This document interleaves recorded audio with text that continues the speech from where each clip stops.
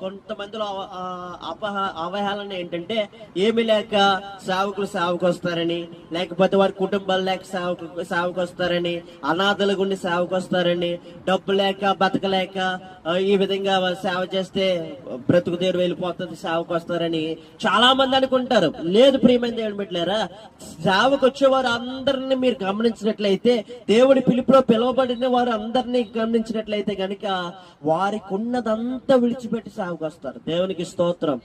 హల్లెలూయా, హల్లెలూయా చెప్పాలందరూ కూడా హల్లెలూయా. వారికి ఉన్నదంతా విడిచిపెడతారు. తల్లిని, తండ్రిని, కుటుంబాన్ని, బంధువులను, పొలాలు, ఇల్లు, చదువు, ఎడ్యుకేషన్, ఉద్యోగాలు, జీతాలు, లక్షల మీద ఉన్నటువంటి జీతాలు విడిచిపెట్టి సేవకు వచ్చిన వారు అనేక మంది ఉన్నారు. దేవునికి స్తోత్రం. దానికి కారణం ఏంటంటే వారు దేవుణ్ణి ఎరిగిన వారు, దేవుని ప్రేమను ఎరిగిన వారు, దేవుని త్యాగాన్ని ఎరిగిన వారు. కాబట్టి